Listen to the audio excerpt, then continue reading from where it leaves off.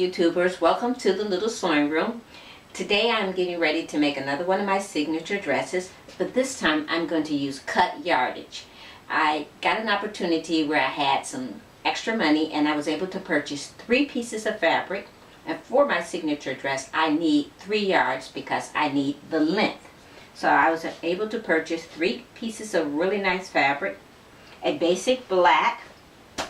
It's like a worsted black.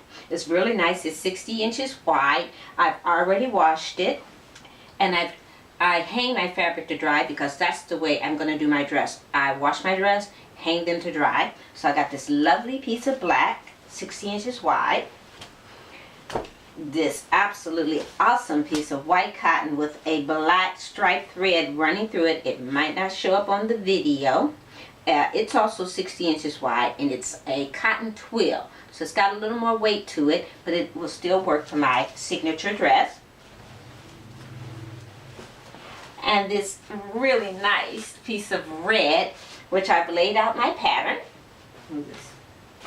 I've laid out my pattern to get started, and I made some changes to my pattern by just drawing on the fabric. I'm going to do a boat neckline, and I've extended the length 2.5 inches because this is a summer dress, a soft cotton, and I would like to wear it like a maxi. This fabric was only 45 inches wide, so it's really not wide enough for my signature dress. So I'll do some fantastic piecing on the back. So I have my pattern laid out, and I'm going to cut it out, let you see how I have altered the pattern and how I'll prepare my back sleeve for piecing. This dress is only going to take me maybe at tops a couple hours to do. It's a fantastic, my signature dress is a fantastic dress. I love it. This will be what I consider a size small. So let me get started. Before I cut, I'd like to explain some things to help the signature dress be such a fantastic wardrobe piece. And one of them is I have a center front seam, and I have taken my straightened grain line on the fabric here, and I've placed it so that the hang of the dress falls from the bust point of the body. So I'll get soft folds which help the dress have a slimming effect, even though this is just a really loose and baggy dress. But that's a very important feature. I'll explain it again. I've taken the straight of the grain of the fabric, and I've allowed the fabric to fall gracefully from the fullest point of my body, which is my bust point. And therefore I'll get soft ripples instead of a flat dress. And I'll show you the difference. The dress that I'm wearing in today's video has no fold and no center front line. It falls flat on the body. I love the dress because it's soft, but I would like a little more grace in the dress, and that's why I changed my pattern. So I'm going to go ahead and cut this out, and show you my sewing procedure, and at the end I'll show you how the dress looks with this change in the pattern style. And my black dress, I'll let you look at me again in my black dress and see how it's different without having any center front fold and changing the graceful fold of the fabric because of grain. I have my pattern all cut out now. Here is my waist.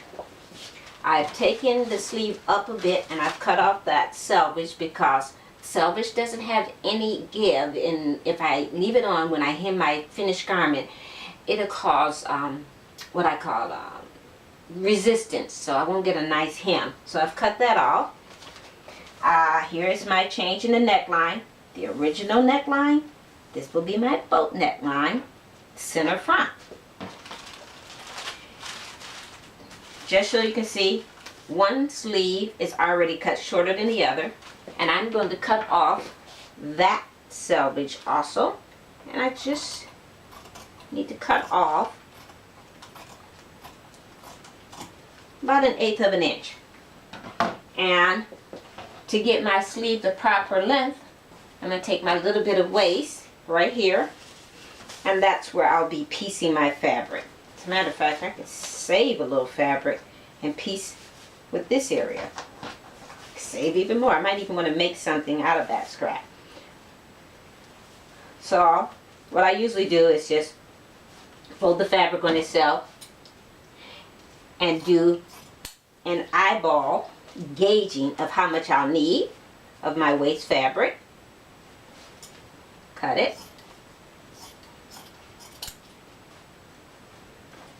And here again, I'm going to cut that waist, that selvage off, because I know that the selvage would hinder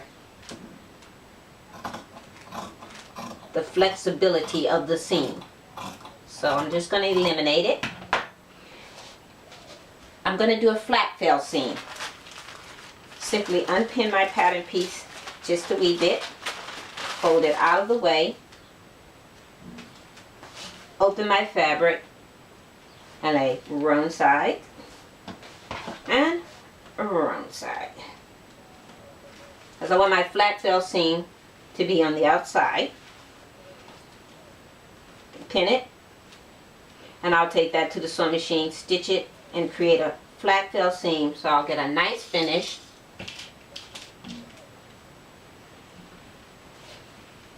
I'll do the same for the opposite sleeve. I do flat fill seams on my dresses, which means that when I wash them, hang them up, press them, I have no edges to unravel. It's easier to press, and it makes my dress last a very long time. That's why I don't need to make a lot of them. And one day I'll show my YouTube family just how few of these dresses I have. I think right now I'm at 12 dresses, and it was really something to think, oh, make 3 more. But I decided to do it. Alright, I'm going to go to the sewing machine, stitch this, make a flat fell seam, and come back and press it up, come back and cut it so it will match the other sleeve. I have did the flat fell seam so that I can extend my sleeve properly. It's been top stitched. No raw edges exposed on both sides. So all I need to do now is lay that out flat. Lay my original sleeve that has the proper cut, and simply cut around. There. There. And across the edge. There we have it. So now, and I'll let this be the back of my garment. Adds a nice little finish.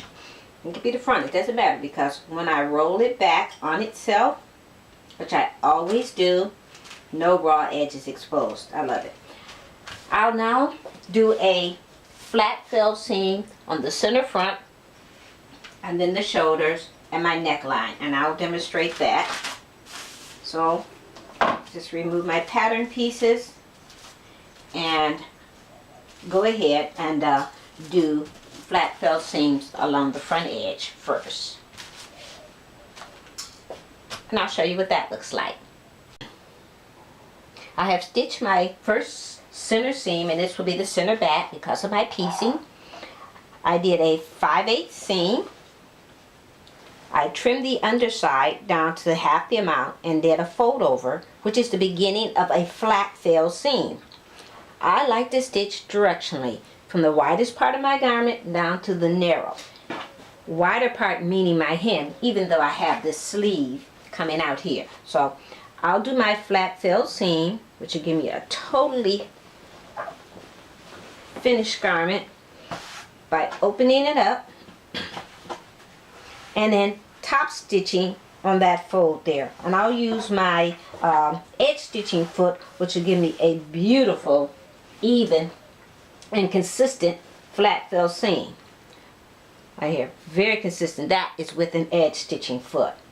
Great addition. So I'll do that on the back, and I'll do the same thing on the front, and then I'll do the shoulder seams and show you how, and show you the finished neckline. I've stitched my first center seam, and this will be the center back because of my piecing. I did a 5/8 seam. I trimmed the underside down to half the amount and did a fold over, which is the beginning of a flat fell seam. I like to stitch directionally from the widest part of my garment down to the narrow. Wider part meaning my hem, even though I have this sleeve coming out here. So I'll do my flat fill seam, which will give me a totally finished garment by opening it up and then top stitching on that fold there. And I'll use my edge stitching foot, which will give me a beautiful, even, and consistent flat fill seam. Right here, very consistent. That is with an edge stitching foot. Great addition. So I'll do that on the back, and I'll do the same thing on the front, and then I'll do the shoulder seams and show you how, and show you the finished neckline.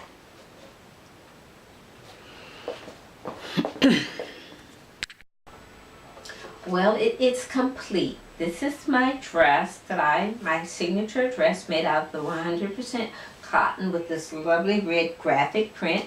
And I'll stand here nice and straight and tall. I really like the boat neckline with the center front seam. And if you look at the bust point areas, you'll see I have those graceful folds here that kind of gives it a slimming effect. It's still a very full dress. I'll give it a side view.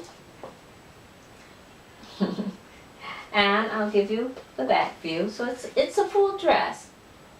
And my daughter gave me a comment when I put it on. This is it. I've worn it the full day. And she said, "It's too big."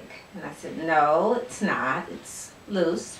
It's cut like I always wear." Now behind me is my black version, which I had on earlier while I was making the dress. And as you can see, it's very flat.